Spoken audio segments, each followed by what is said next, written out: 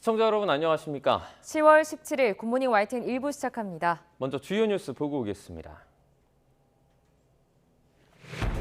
민간인 대피를 위해 일시 휴전에 합의했다는 소식과 관련해 이스라엘과 하마스 모두 부인했습니다. 이스라엘은 지상전을 앞두고 이란과 헤즈볼라에게 개입하지 말라고 경고했습니다. 더불어민주당 이재명 대표가 오늘 대장동 개발 특혜 의혹과 성남FC 불법 후원금 의혹 사건 재판에 두 번째로 출석합니다. 검찰은 이 대표를 위증 교사 혐의로 또 한 번 재판에 넘겼습니다. 정부가 의과대학 정원 확대 폭을 어느 수준까지 할지 막판 고심하고 있습니다. 정원 확대를 반대하는 의사협회는 모든 수단을 동원해 총력 대응하겠다며 오늘 긴급회의를 엽니다. 갓 태어난 신생아들을 돈을 주고 사들인 부부가 재판에 넘겨졌습니다. 불법 입양한 아이를 학대하거나 자신들이 원하는 조건에 맞지 않을 경우 베이비박스에 유기했던 것으로 조사됐습니다. 태양광 겸직 제한 의무를 지키지 않고 사업을 하다 걸려 징계를 받은 한국전력 직원이 10년 동안 수십 명에 달하는 것으로 나타났습니다. 올해만 5명이 적발됐는데 과거에도 같은 일로 징계를 받은 직원도 있었습니다. 오늘 서울 아침 기온이 8도까지 떨어지며 올 가을 들어 가장 쌀쌀합니다. 바람이 불며 체감 온도는 이보다 더 낮은데 한낮에는 20도 안팎으로 기온이 올라 일교차가 10도 이상 크게 벌어지겠습니다.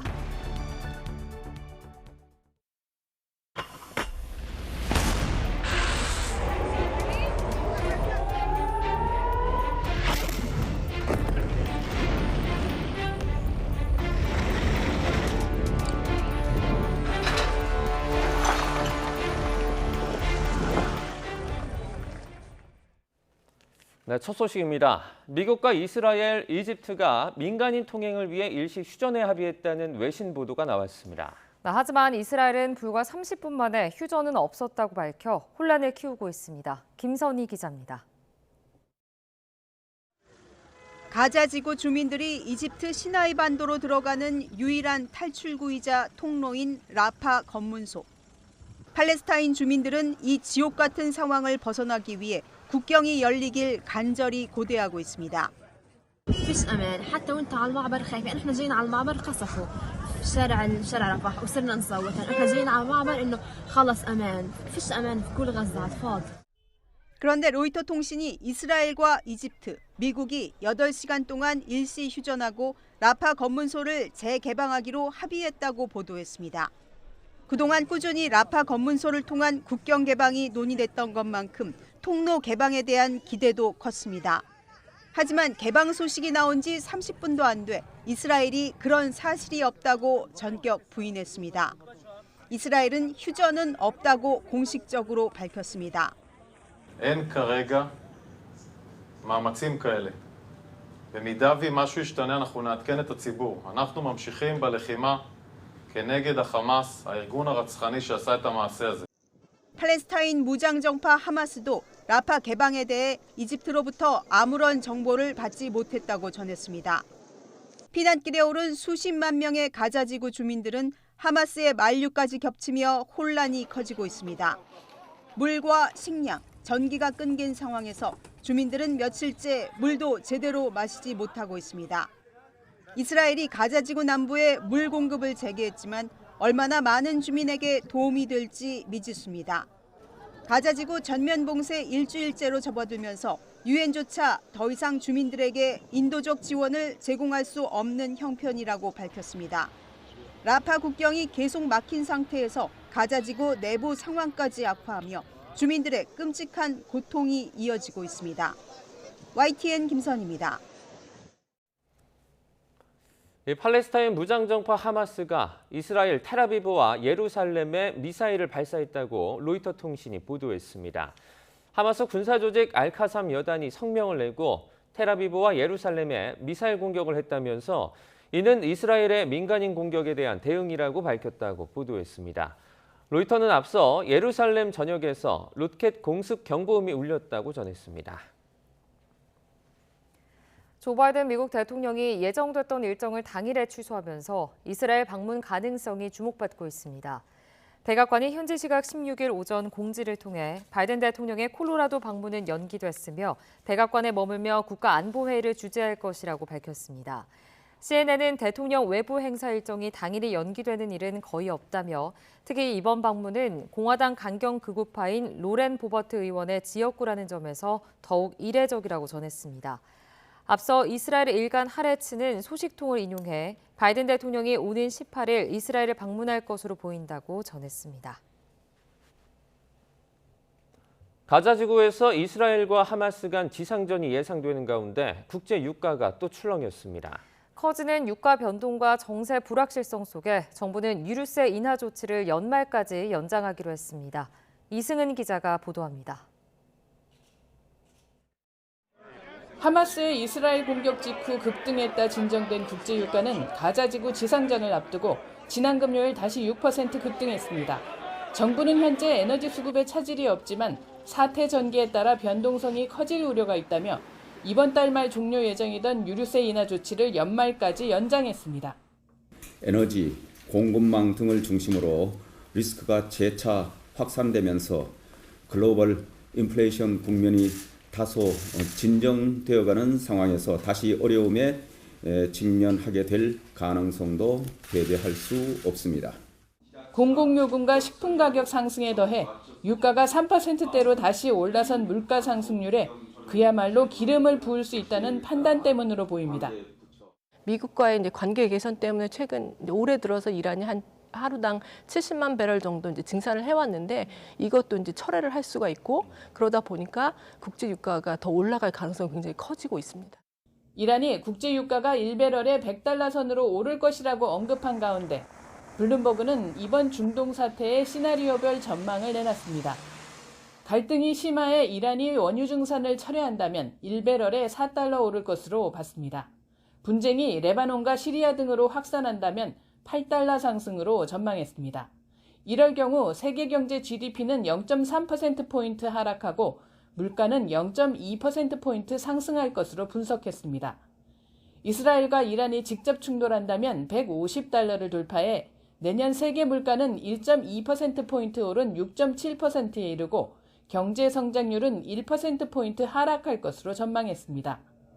하지만 이란도 이런 상황을 원하지 않기 때문에 최악의 시나리오가 전개될 가능성은 적다고 봤습니다. 문제는 이스라엘과 이란이 잘못된 판단을 내릴 가능성도 있다는 것이라고 블룸버그는 전했습니다. YTN 이승은입니다. 김기현 대표 체제를 유지하면서 보궐선거 패배 후폭풍을 수습하기로 한 국민의힘이 임명직 당직자들을 재편하며 인적 쇄신에 닻을 올렸습니다. 비교적 개파색이 옅은 수도권 인사들을 전진 배치했는데 공천 실무를 총괄하는 사무총장에 TK 출신 의원을 앉힐 걸 두곤 도로 영남당이란 비판도 나왔습니다. 나혜인 기자입니다.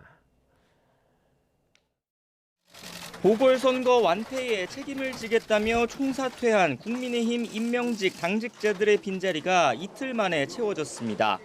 당 정책을 총괄하는 정책위 의장은 삼선 유이동 의원, 싱크탱크인 여의도연구원 원장은 재선 김성원 의원이 임명되는 등 7명 가운데 4명이 수도권 인사입니다. 특히 유 신임 정책위 의장은 비윤계 대표주자인 유승민 전 의원과 가까웠다는 점에서 탕평 인사 기조가 반영됐다는 평가가 나옵니다. 수도권의 인물들을 전진 배치하고 취약계층을 대변하는 인사를 기용하겠습니다. 우리는 국민들로부터 변화하고 혁신하라는 꾸짖음을 받았습니다. 이 밖에 지명직 최고위원으로 80년대생 시각장애인 비례대표 김혜지 의원을 기용하면서 지도부 평균 연령도 낮아졌다는 게 당의 설명입니다. 하지만 내년 총선 과정에서 공천 실무를 총괄할 당 사무총장에 TK가 지역구인 재선 이만희 의원이 낙점된 걸 두곤 잡음이 일었습니다. 당직자 인선을 논의하는 최고위원회의에서 애초 내정자가 박대출 전 정책위 의장이었다는 조수진 최고위원의 SNS 대화 내용이 사진 기자에게 포착된 겁니다. 당 지도부는 정책위 의장직을 던진 박 전 의장을 다시 요직에 기용했을 때 쏟아질 비판과 지역 안배 등을 두루 고려해 이 의원을 최종 임명했다고 설명했습니다. 하지만 당내에서조차 도로 영남당이 됐다고 비칠 수 있다는 우려의 목소리가 터져나왔습니다.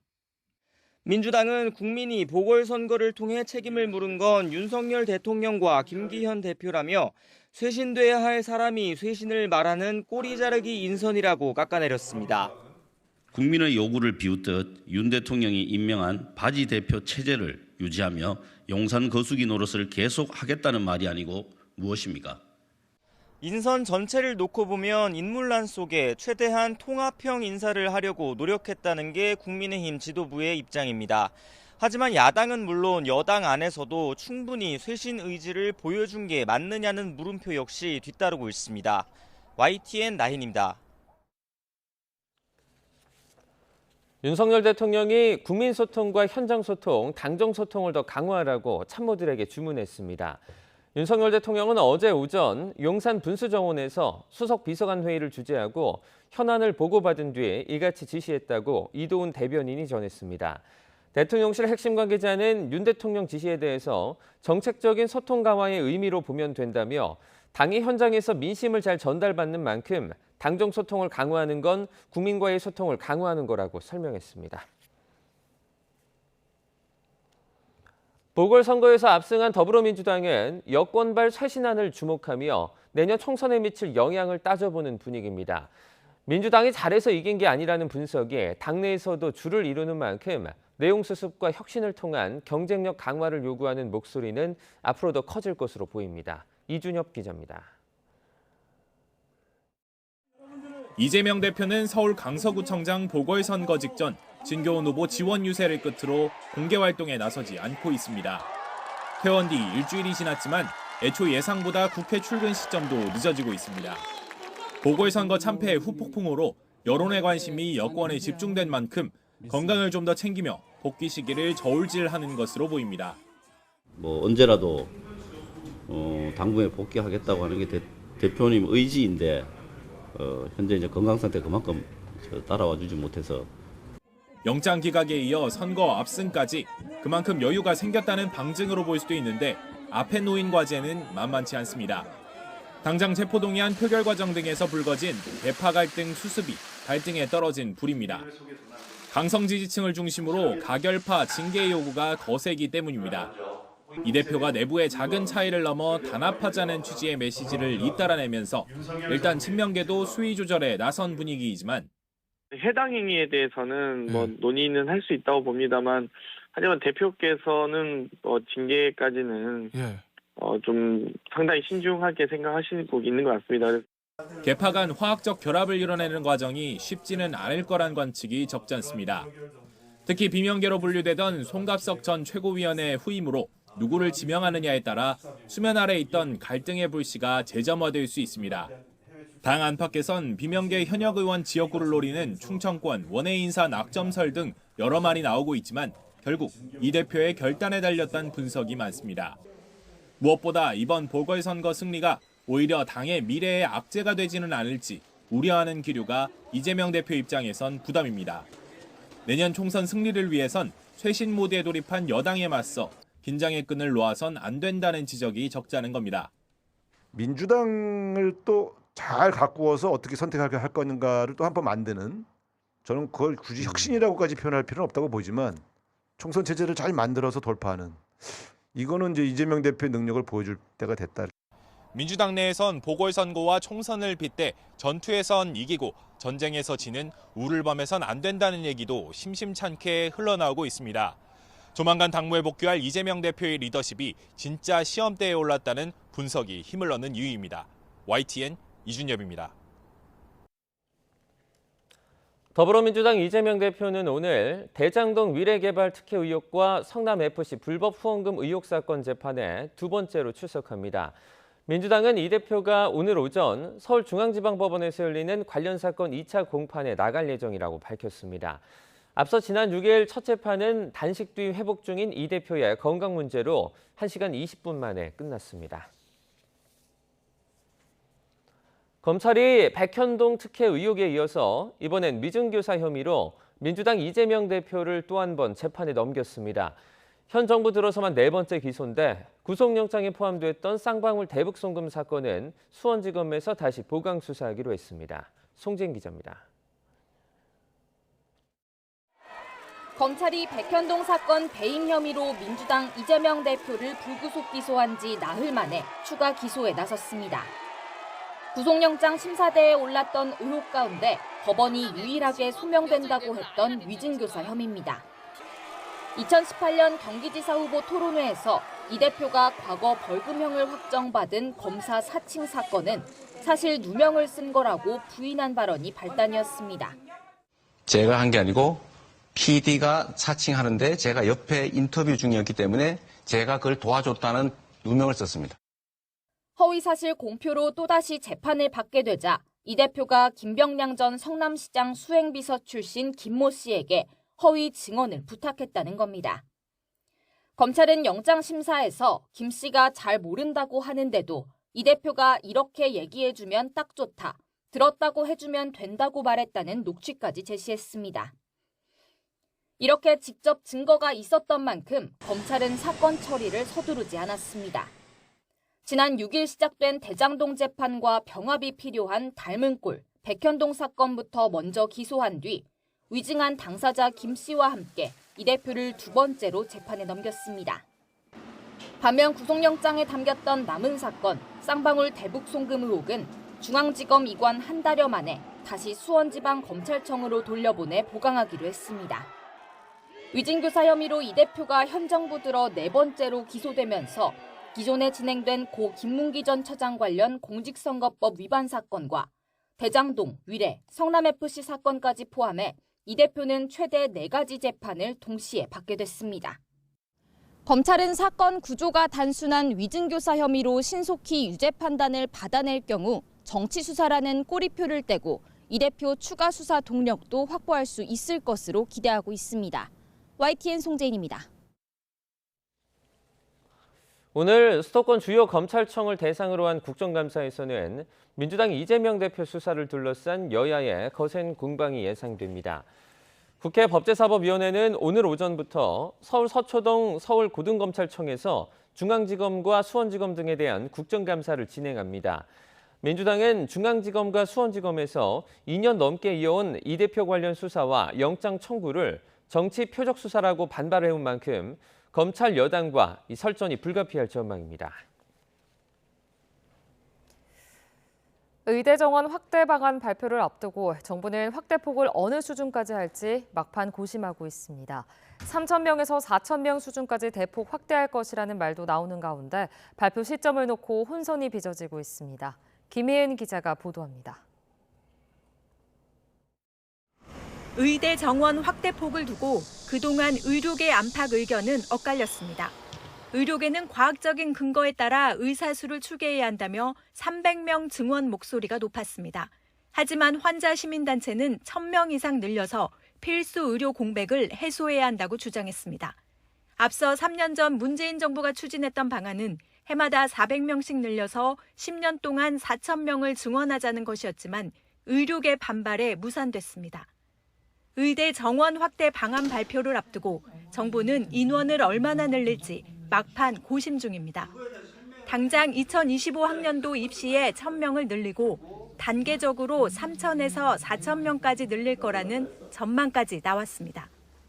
1,000명 이상 증원을 요구했던 시민단체는 파격적인 증원에는 환영한다면서도 공공의대 설립이 전제돼야 한다고 강조하고 있습니다. 국가대학이 없는 지역에 공공의대를 신설하는 것이 가장 우선적이고요. 1,000명 아니면 2,000명, 3,000명이 나와도 지금처럼 돈벌이 의료로 갈 수 있는 자유로운 구조 속에서는 필수 공공의료 의사 확보는 어렵다고 보여집니다. 정부는 의료계가 반발하는 공공의대 신설 대신 필수 의료 공백을 해결할 정책 마련을 검토해왔습니다.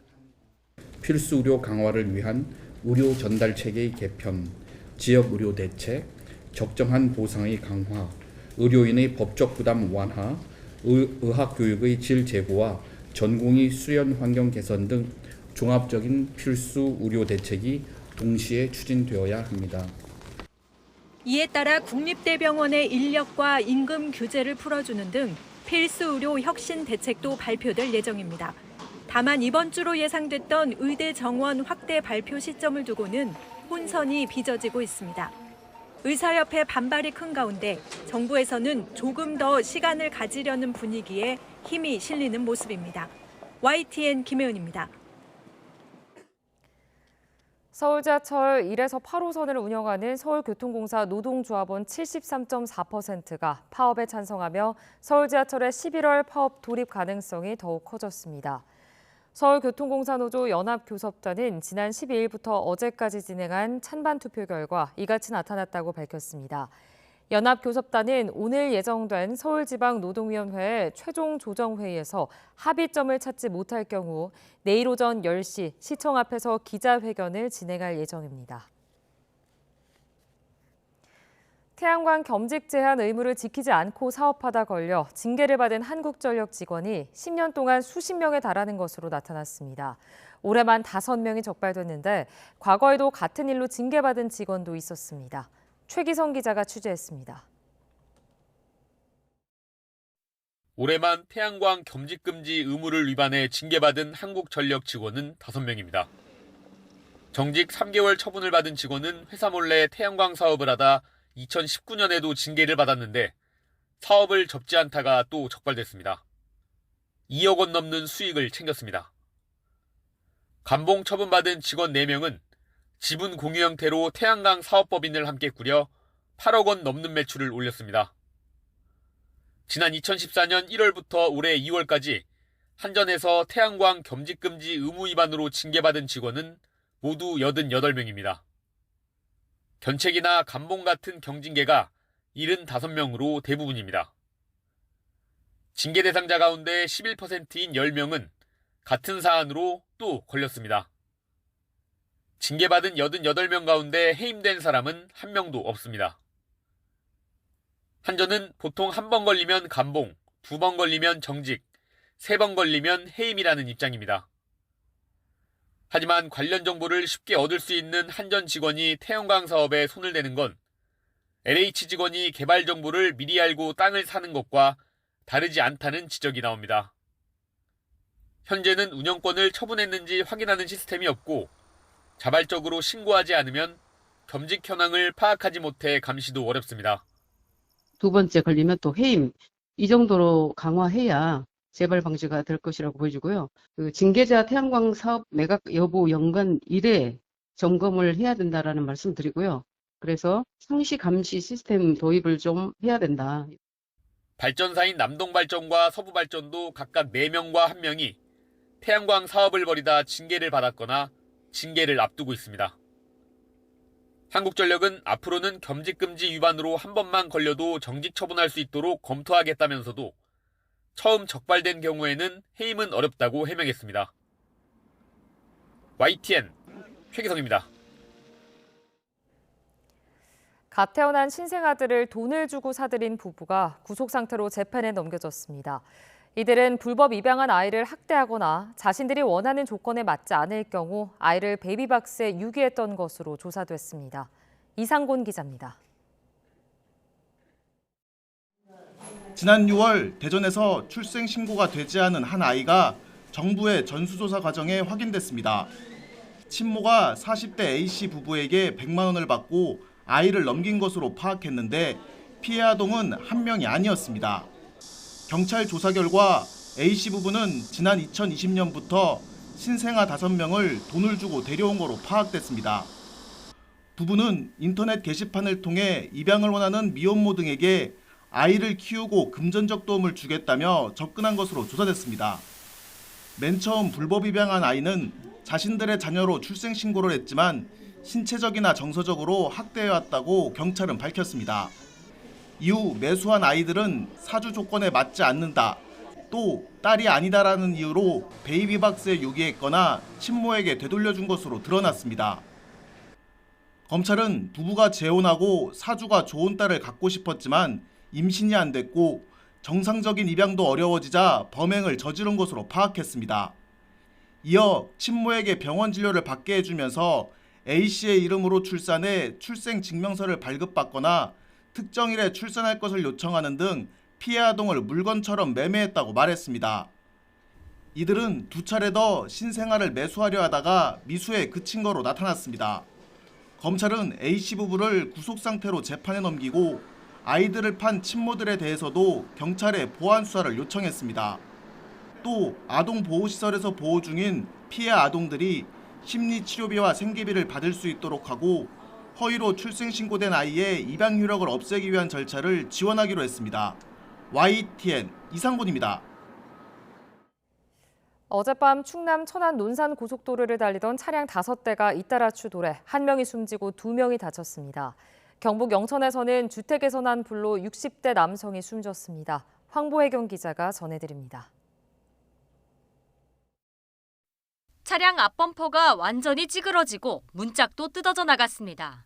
다른 차량은 디디겨져 고철 덩어리처럼 변했습니다. 어젯밤 9시 10분쯤 충남 공주시 정안면 천안 논산고속도로를 달리던 26톤 트럭이 앞서가던 화물차를 들이받았습니다. 이 충격으로 또 다른 화물차와 SUV 등 차량 석 대가 잇따라 부딪히면서 SUV 뒷좌석에 탄 50대 여성이 숨지고 사고를 낸 운전자 등 2명이 다쳤습니다.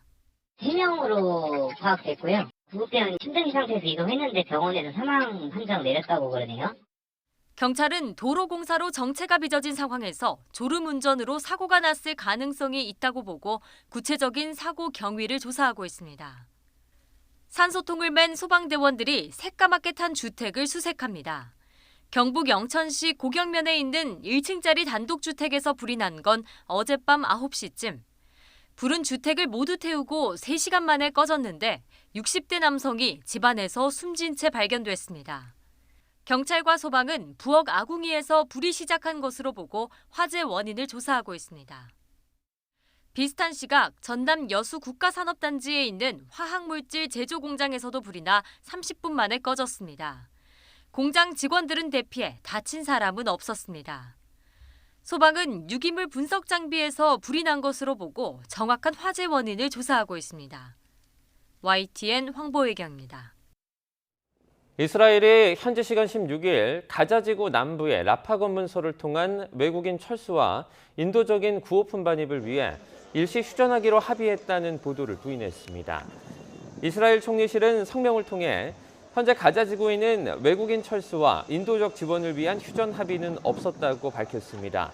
앞서 로이터 통신은 이스라엘과 이집트, 미국이 8시간 동안 일시 휴전을 하고 라파 검문소를 재개방하기로 합의했다고 보도했습니다. 그런데 재개방이 시작된 지 불과 30여 분 만에 이스라엘이 휴전 사실을 전격 부인한 겁니다. 이스라엘과 분쟁 중인 팔레스타인 무장정파 하마스도 라파 개방에 대해서 이집트로부터 아무런 정보를 받지 못했다고 전했습니다. 가자 접경 부근 이스라엘 지역엔 이번 전쟁으로 주민 10명 중에 1명꼴로 목숨을 잃은 마을이 있습니다. 곳곳에 학살 현장과 함께 폐허가 된 집터, 불에 탄 차량 등이 고스란히 남았고 불안은 계속되고 있습니다. 명형주 이스라엘 리포터가 참상의 현장을 취재했습니다.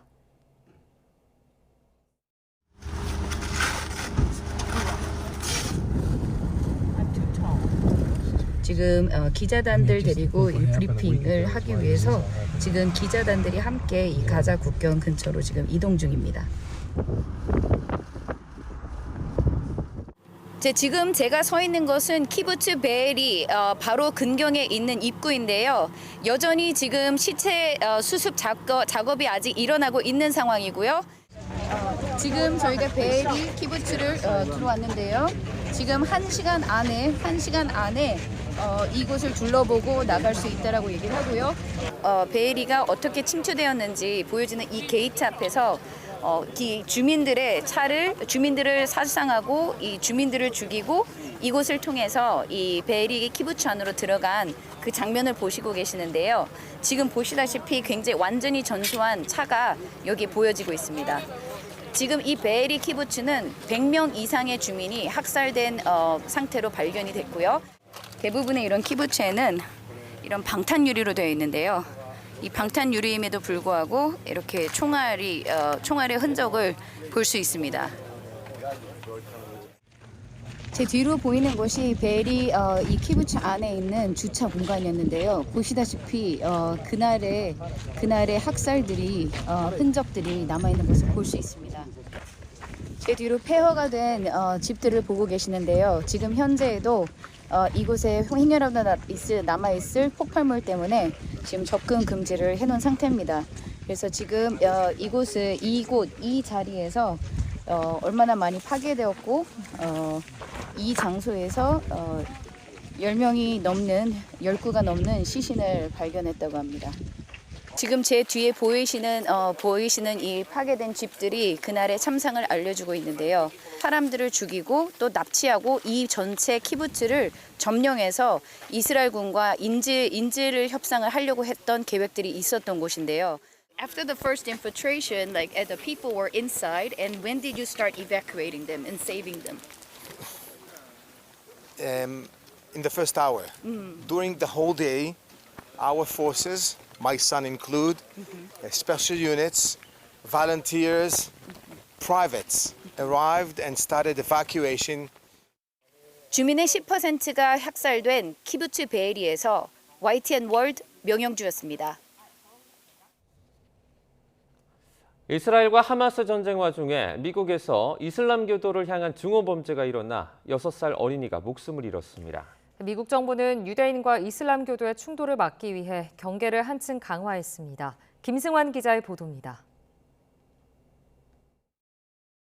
지난 14일 미국 일리노이주 플레인필드의 한 마을에서 71살 남성이 6살 소년을 살해했습니다. 어머니도 남성의 공격을 받아 크게 다쳤습니다. 이 남성은 TV에서 중동 뉴스를 보다 격분해 새들어 살던 이슬람 모자를 공격한 것으로 밝혀졌습니다. 이슬람교도는 죽어야 한다며 어머니를 공격하다가 몸을 피하자 어린 아들에게 몹쓸 짓을 한 것입니다. She went to the bathroom and called 911, and this was all in her own words, seconds. And by the time she came out, her son had been stabbed 26 times. 미국 사는 이슬람인들은 이 사건을 잔인한 증오 범죄로 규정했습니다. He was Muslim. That's what happened. He was Muslim, and this is what they did. This is what this monster did. 조 바이든 미국 대통령은 사망한 모자의 유족에게 위로와 기도를 보냈습니다. 미국에서 누군가를 향한 증오는 설 자리가 없다며 철저한 조사를 지시했습니다. 연방수사국도 이스라엘과 하마스 전쟁으로 유대인과 이슬람교도의 상호 공격 가능성이 커졌다고 보고 추적과 경계를 한층 강화하기로 했습니다. YTN 김승환입니다. 집권 여당의 내년 총선 공천 실무를 총괄할 국민의힘 신임 사무총장에 경북 영천, 청도를 지역구로 둔 재선의 이만희 의원이 임명됐습니다. 또 당의 정책 분야를 책임질 정책위의장은 수도권 3선 유의동 의원이 맡게 됐습니다. 국민의힘은 어제 최고위원회의를 열어 이 같은 내용의 임명직 당직자 인선 내용을 발표했습니다. 지명직 최고위원은 시각장애인 비례대표 김예지 의원, 당 싱크테크인 여의도 연구원장에는 수도권 재선 김성원 의원이 임명됐습니다. 국민의힘은 수도권 인사 70년대생의 전면 배치를 통해 당이 지향하는 방향을 확인할 수 있을 것이라고 배경을 설명했습니다. 보궐선거 참패 책임론에 휩싸인 국민의힘 김기현 대표는 대통령실과의 관계에서 당의 주도적 역할을 강조하며 변화를 예고했습니다. 수직적 당정 관계가 선거 패배의 주요 원인 가운데 하나라는 비판을 의식한 것이란 분석이 나옵니다. 박광렬 기자입니다. 휴일 긴급의총에서 4시간 넘는 경론 끝에 당의 변화와 쇄신을 전제로 재신임장을 받아든 김기현 대표. 이튿날 첫 공개 회의에서 당과 대통령실의 관계 재설정 카드를 꺼내들었습니다. 민심과 동떨어진 사안에 대해 할 말은 하는 여당이 되겠다고 목소리를 높였습니다. 당과 정부, 대통령실과의 관계를 보다 건강하게 하겠습니다. 당정대 관계에 있어서 당이 민심을 전달하여 반영하는 주도적 역할을 강화하겠습니다. 김태우 후보 공천 과정은 물론 홍범도 장군 흉상 이전 등 주요 현안마다 여당이 용산 거수기 역할만 했다는 비판을 의식한 거란 해석이 나왔습니다. 김기현 대표는 한 발 더 나가 총선 승리를 위한 추가 쇄신 방안도 제시했습니다. 서민 친화형 국정 운영과 상향식 공천, 총선기획단 조기 출범, 인재영입위원회 별도 구성 등을 약속했습니다. 보궐선거 패배를 계기로 당의 면모를 완전히 바꿔 경쟁력을 키우겠다는 의지를 피력한 겁니다. 하지만 당내에선 비주류를 중심으로 쇄신의 진정성에 대한 의구심이 여전한 모습입니다. 특히 공천 작업을 진두지휘할 당 사무총장직이 또 영남권 품에 안긴 게 도마 위에 올랐습니다. 수도권, 중도층 2030을 향한 변화 움직임이 보여주기식에 그칠 거라는 우려가 터져나왔습니다. 당은 더는 대통령에게 종속된 조직이 아니라는 말을 하는 것이 그렇게도 두려우십니까? 제발 여당 집단 무건수행의 저주를 풀어주십시오. 선거 패배 이후 차분하고 지혜로운 변화를 강조했던 윤석열 대통령은 당정 간 소통을 더 강화하라고 참모들에게 주문했습니다. 대통령실은 기본 원칙을 얘기한 거라며 확대 해석은 경계했습니다. 앞서 김기현 대표는 내년 총선에 정치 생명을 걸겠다며 사실상의 배수진을 예고했습니다. 이 당정 관계 근본 변화 없이는 어떤 쇄신안도 미봉책에 그칠 거라는 지적 속 김기현 체제 2기가 용산 출장소 오명을 벗을 수 있을지 관심이 쏠립니다. YTN 박광렬입니다. 더불어민주당은 국민의힘의 임명직 당직 개편을 두고 국정쇄신이나 당정관계의 기본적 변화는 찾아볼 수 없는 단순 꼬리 바꿔치기라고 비판했습니다. 민주당 권칠승 수석대변인은 어제 최고위원회의 뒤 기자들과 만나 국민의 요구나 원하는 것이 전혀 반영되지 않은 인사라며 이같이 밝혔습니다. 권 수석대변인은 이어낸 서면 브리핑에서도 쇄신돼야 할 사람이 쇄신하겠다니 어처구니 없다며 국민께서 보궐선거를 통해 책임을 물은 것은 윤석열 대통령과 김기현 대표라고 지적했습니다. 한국도로공사는 서울에서 양평고속도로 대안노선 종점 인근에 들어설 예정인 남한강 휴게소를 지난 8월 민자로 전환했습니다. 그런데 민간사업자 선정을 위한 용역 보고서에는 양평고속도로가 개통됐을 경우 교통량 분석이 반영돼 있지 않아 사업성 분석이 제대로 이루어진 게 맞냐는 비판이 나오고 있습니다. 윤혜리 기자입니다. 서울 양평고속도로 대안노선 종점인 강상분기점에서 불과 1km 정도 떨어진 곳입니다. 이곳 6만여 제곱미터 부지에 남한강 휴게소가 들어설 막바지 공사가 한창입니다.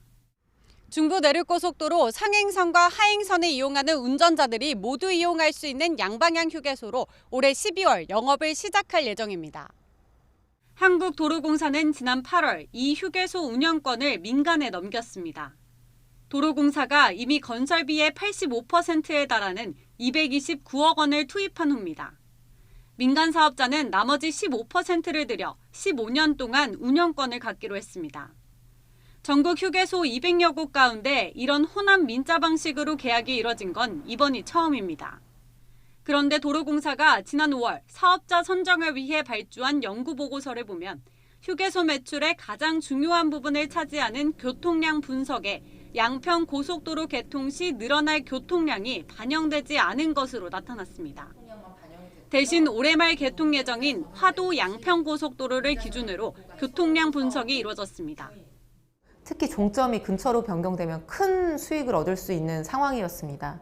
그런데 그 교통량을 누락해서 수익성을 과소평가하고 그에 기해서 운영권을 민자 사업자한테 넘겼다면 그런 의사결정은 도로공사에게 손해를 끼치는 배임 행위가 될 수 있습니다.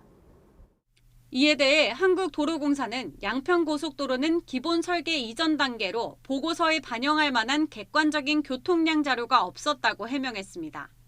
그러면서 5년마다 교통량에 따라 임대료를 조정할 수 있도록 했다고 밝혔습니다. 양평고속도로 기본계획이 수립되면 교통량 증감에 따라 계약 요건이 조정될 필요가 있다는 지적이 나옵니다.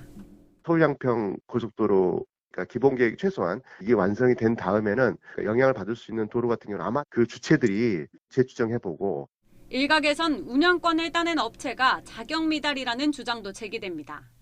네로라는 휴게소 업체를 꺾고 전국의 휴게소 단 4곳을 운영하는 업체가 최고점을 얻었기 때문입니다. 최근 5년 동안 남한강 휴게소를 제외한 7번의 입찰에선 모두 탈락하기도 했습니다. 도로공사는 휴게시설 첨단화를 위해 혼합 민자 방식을 수립했고 공개 경쟁 입찰을 통해 공정하고 투명하게 사업자를 선정했다고 밝혔습니다. YTN 윤혜리입니다. 대전의 한 아파트 공사 현장에서 자갈과 시멘트 가루가 인근 도로에 연거푸 떨어졌다는 제보가 들어왔습니다. 주민 한 명은 떨어진 자갈에 머리를 맞아 병원 치료를 받았고 주차된 차 유리가 깨지는 등 피해가 속출했습니다. 주민들은 무서워서 못 살겠다며 건설업체에 제대로 된 안전대책을 마련해달라고 촉구하고 있습니다. 양동훈 기자입니다. 무언가 땅으로 떨어지는 소리가 시끄럽게 울립니다. 길을 가던 남성이 뭔가에 맞은 듯 비명을 지릅니다. 지난 13일 오후 대전 동구에 있는 한 아파트 공사 현장에서 시멘트 가루와 자갈들이 주변으로 쏟아져 내렸습니다. 떨어진 자갈에 맞은 주민은 머리를 다쳐 병원 치료를 받았습니다. 자갈로다가 머리 막 수에 맞았습니다. 위에 바라보는 그 와중에 막 시멘트 가루 막 떨어져갖고 눈에 들어가가지고. 주변 도로만이 아니었습니다. 건설 현장과 인접해 있는 주택가에도 자갈과 시멘트들이 쏟아졌습니다. 주차된 차들은 시멘트 범벅이 됐고 자갈에 맞아 유리창이 깨진 차도 있었습니다. 쏟아지는 자갈에 여러 차례 맞은 자동차 뒷유리는 곳곳에 구멍이 뚫리고 전체적으로 완전히 금이 갔습니다.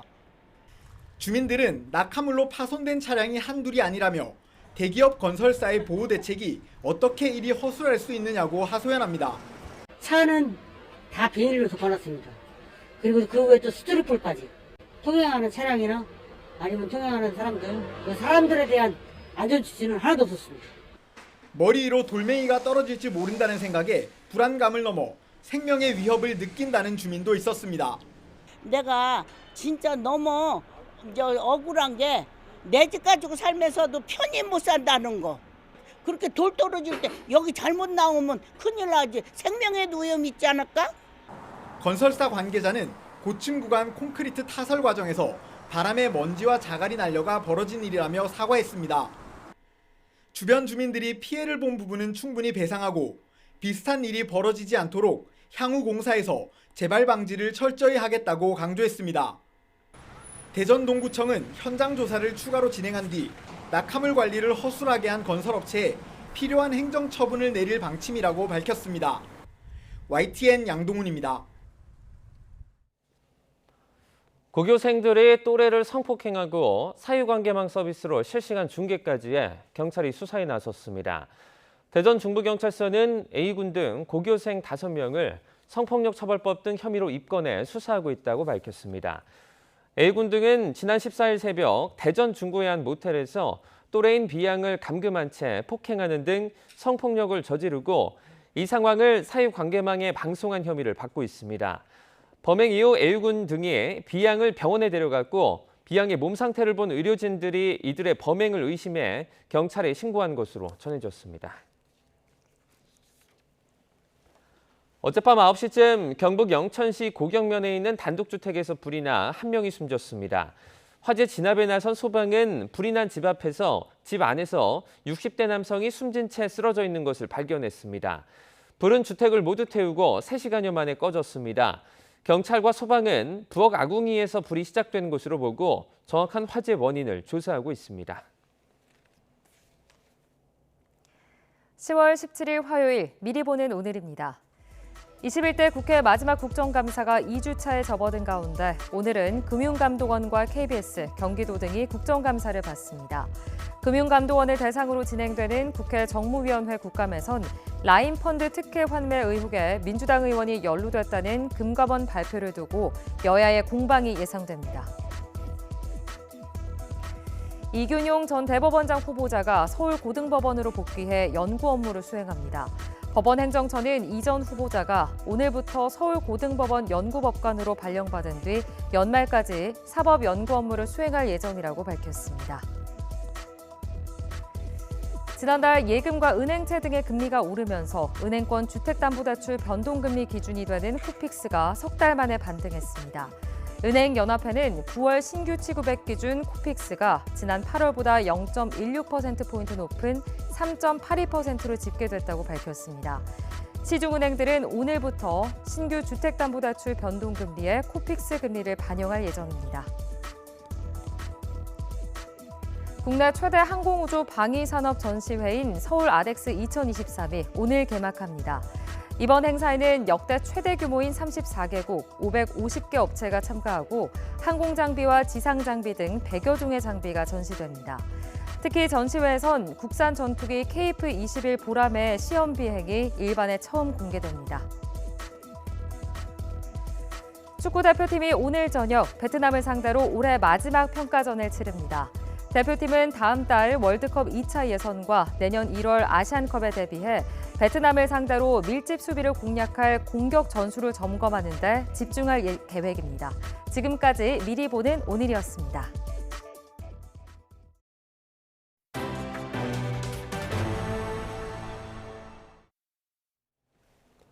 온라인에서 판매하는 해외 구매 대행 제품 가운데 국내 안전기준에 미치지 못하는 제품이 여럿 적발됐습니다. 내구성이 약해 안전사고 위험이 있는 운동기구에 환경 호르몬이 무려 기준치의 235배가 검출된 어린이용 소변기도 있었습니다. 양희력 기자입니다. 벽에 걸어 간편하게 사용하는 중국산 유아용 소변기 제품입니다.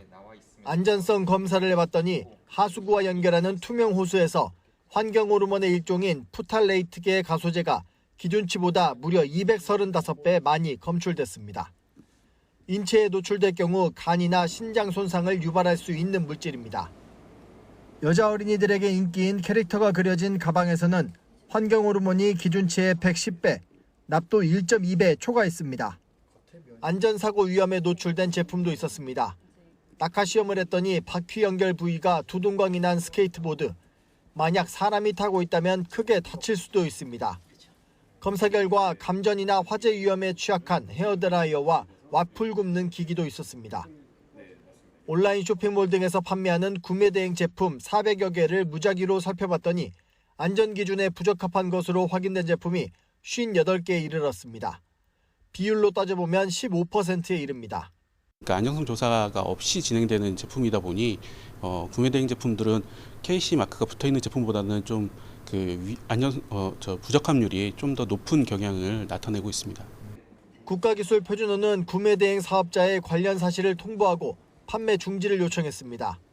이와 함께 소비자들이 구매에 참고할 수 있게 제품안전정보센터 홈페이지에 내용을 공개했습니다. YTN 양일혁입니다. 2028학년도 대입제도 개편안과 관련해 정부가 사교육업체의 거짓 과대 광고에 대한 집중 단속에 나섭니다. 교육부는 어제부터 오는 27일까지 대입 개편안의 의미를 왜곡해 사교육을 부추기는 입시업체에 대한 집중 신고를 받기로 했습니다. 오늘은 올가을 들어 가장 쌀쌀한 날씨가 찾아왔습니다. 따뜻한 옷차림 하고 나오셔야겠는데요. 현재 서울 기온은 8.5도로 어제 같은 시각보다 무려 5도나 낮아 올가을 최저 기온을 기록하고 있고요. 여기에 바람까지 다소 강하게 불면서 체감하는 추위는 이보다 더 심하겠습니다. 하지만 낮 동안에는 기온이 20도까지 오르면서 다시 예년 이맘때 수준을 회복하겠습니다. 극심한 기온 변화에 감기 걸리기 쉬우니까요. 건강관리 잘해주시기 바랍니다. 오늘도 전국이 대체로 맑겠습니다. 다만 아침까지 내륙 곳곳에 안개가 짙게 끼겠고 서리가 내리는 곳도 있겠습니다. 또 기온이 0도 안팎까지 떨어지는 강원 내륙과 산간으로는 물이 얼거나 일부 도로에서는 살얼음이 나타나는 곳도 있겠습니다. 농작물 관리와 교통 안전에도 유의해 주셔야겠습니다. 현재 기온 살펴보겠습니다. 현재 서울 기온 8.5도, 대관령 0도, 창원은 12.7도를 나타내고 있습니다. 낮 기온은 예년 이맘때 수준을 보이겠습니다. 오늘 서울 한낮 기온 20도, 대전과 광주 21도, 대구는 22도가 예상됩니다. 주 후반에는 전국 곳곳에 가을비가 내리겠고요. 비가 그친 뒤 주말에는 서울 아침 기온이 4도까지 떨어지는 등 때이른 추위가 찾아올 전망입니다. 지금까지 날씨 정보였습니다. 굿모닝 YTN 1부 마칩니다. 잠시 후 2부가 이어집니다. 시청해주신 여러분 고맙습니다.